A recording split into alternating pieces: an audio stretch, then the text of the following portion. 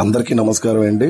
ఈ పెద్దయిన వైజాగ్ జగదంబ జంక్షన్ వద్ద ఓ ఫుట్పాత్ మీద తీవ్ర అనారోగ్యంతో ఎండలో గత కొంతకాలంగా చాలా ఇబ్బంది పడుతూ ఉన్నారు.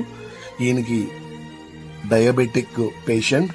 ఈయన 2 కాళ్ళు కూడా కుళ్ళిపోయి చాలా పురుగులు పట్టి దయనీయ స్టేజ్లో ఉంది. ఈయనకి నిన్న డ్రెస్సింగ్ చేసి పరిశుభ్రపరిచి స్నానం చేయించి బట్టలు వేసి వృద్ధాశ్రమంలో జాయిన్ చేయడం జరిగింది.